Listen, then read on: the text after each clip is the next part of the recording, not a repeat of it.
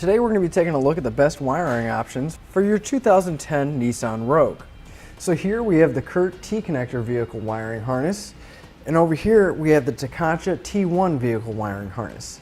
Now both of them are going to give us the same end result. They're going to give us a 4-pole flat and the ability to have lights on our trailer.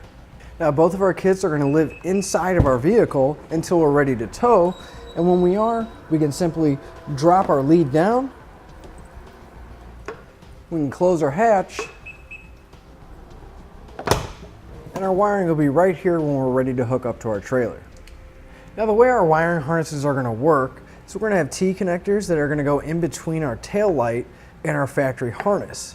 And both of our kits are going to use these, and they're both going to have converter boxes.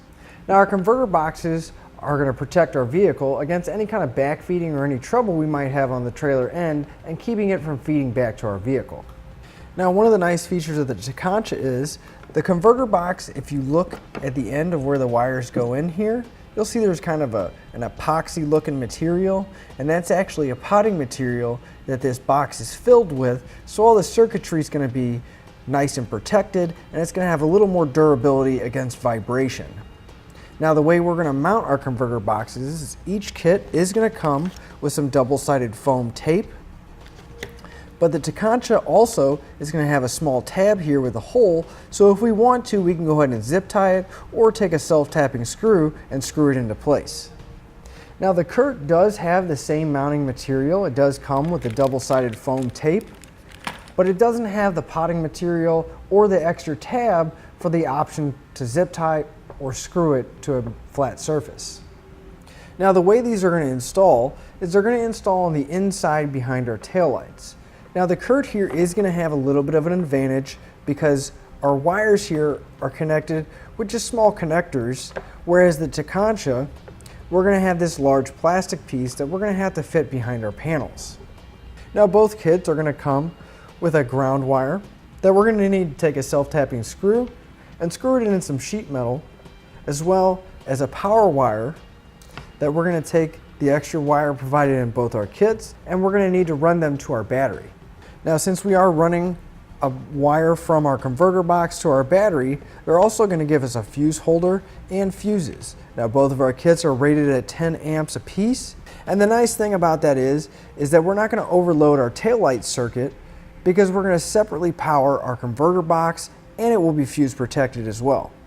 One nice thing about the CURT is they do give you about a foot of extra length of wire on the end of your 4-pole here. That way when you do install it, you're going to have a little bit more wiggle room where you mount your box, and that way you don't have to worry about if you have enough wire to get your 4-pole out of your tailgate. One small difference is that the Tekonsha's dust cap cover is going to be built onto it, whereas with the CURT it is removable and replaceable. Now both of our kits are going to come with all the necessary hardware to get everything in place and all the connectors, as well as a few zip ties to get everything secure. So to sum everything up, as far as vehicle protection goes, I think both of these are going to be on par with each other since they both use converter boxes and they both are going to have a fuse protected circuit. Now as far as ease of installation goes, since both of our kits are going to install the same, I think the CURT is going to take it purely because it doesn't have the larger connectors that we're going to have to fit behind our panels, and as well as giving us about an extra foot of 4-pole wire, giving us that little bit of wiggle room where we mount our box. As far as durability goes, I think the Tekonsha is going to take it purely because of the potting material that's in our converter box, and it's just going to hold up a little bit better against any kind of vibrations when we're towing. Now as far as ease of use, I think both of these are going to be about equal since they're both going to stay inside the car until we're ready to use it. Then we can just reach in, grab our wire, and drop it down and close our hatch. And that'll finish up the look at the best wiring options for your Nissan Rogue. Click the link below to shop, learn more, or visit us at etrailer.com.